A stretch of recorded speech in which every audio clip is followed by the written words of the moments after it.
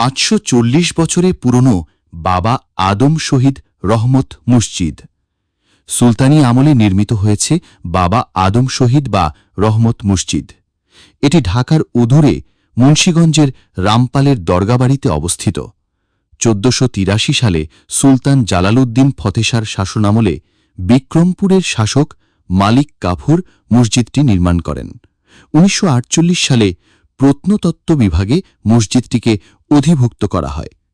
হজরত আদম শহীদ রহমতের স্মৃতি সংরক্ষণের জন্যই মূলত মালিক কাফুর মসজিদটি নির্মাণ করেন।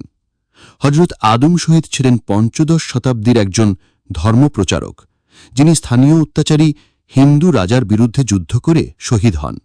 বিক্রমপুরের ইতিহাস খ্যাত রামপাল গ্রামের নিকটবর্তী কাজী কসবা গ্রামের এই ঐতিহ্যবাহী আদম শহীদ মসজিদটি সুলতানি আমলে গড়ে উঠেছে। মসজিদটি 6 গম্বুজের। এতে 3টি মূল প্রবেশদ্বার রয়েছে।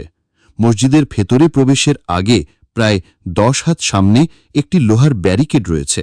ব্যারিকেডটি মসজিদটিকে ঘিরে রেখেছে। ব্যারিকেডে একটি প্রবেশপথ রয়েছে, যা মসজিদের মূল ফটকের খানিকটা সামনে বাঁদিকে। মসজিদটি আয়তাকার ভূমির উপর দাঁড়িয়ে আছে, যার উত্তর দক্ষিণের আয়তন 43 ফুট ও পূর্ব পশ্চিম 36 ফুট। মসজিদের 4 কোণায় অষ্টকোণাকৃতির মিনার রয়েছে। এসব মিনার ছাদের কার্নিশের ওপর ওঠেনি।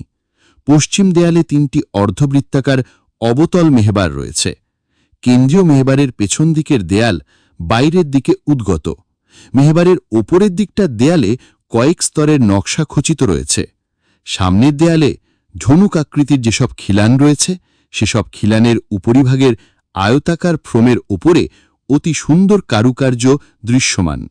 প্রধান প্রবেশদ্বারের ওপরে খাঁজকাটা কারুকার্য খচিত।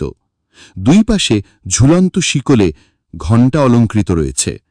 মসজিদটির কোনো দিকেই কোনো বারান্দা নেই। ভেতরে 2টি গ্রানাইট পাথরের স্তম্ভ রয়েছে। মসজিদের অভ্যন্তর এসব স্তম্ভের ওপর দাঁড়িয়ে আছে। অভ্যন্তর ভাগ স্তম্ভ 2টির সাহায্যে মধ্যখান থেকে 4 ফুট অষ্টকোণাকৃতির ও এরপর থেকে 16 কোণাকৃতির। মূল মেহবার ও দুপাশের মেহবারের দেয়াল বিভিন্ন ধরনের নকশায় অলঙ্কৃত। গোলাপ ফুল, লতাপাতা, জ্যামিতিক নকশা ও ঝুলন্ত প্রদীপের নকশাও রয়েছে। মসজিদের দেয়াল বেশ পুরু। চতুর্দিকে দেয়ালের ওপর 6টি গম্বুজ রয়েছে, যা মসজিদের ঐতিহ্য ও সৌন্দর্য ফুটিয়ে তুলেছে। মসজিদের সামনের দেয়াল পোড়ামাটির চিত্রফলক দিয়ে বেশ সজ্জিত। মূল প্রবেশপথের দুধারে চিত্রফলকের কাজ এখনও চোখে পড়বে।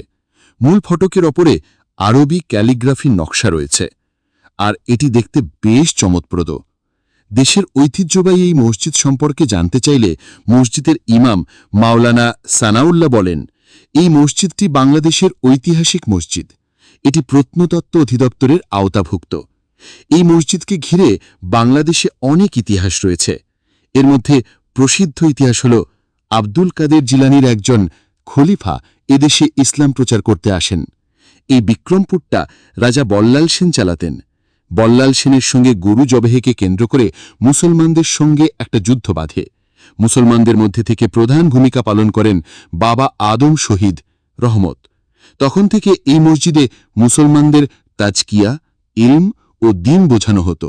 ঢাকার উদূরে এই মসজিদটি মুন্সীগঞ্জ শহর থেকে একটু ভেতরে রামপালের দরগাবাড়িতে অবস্থিত। বাবা আদম শহীদ নামের এই মসজিদটি মুন্সীগঞ্জে ইসলাম প্রচারের অনেক পুরনো ইতিহাস বহন করে আছে, যা কালের সাক্ষী। 6 টাকার ডাকটিকিতে স্থান পাওয়া এই মসজিদটি মুন্সীগঞ্জ শুধু নয়, দেশের একটা ঐতিহ্য, যা সংস্কারের অভাবে নষ্ট হতে দেওয়া যাবে না।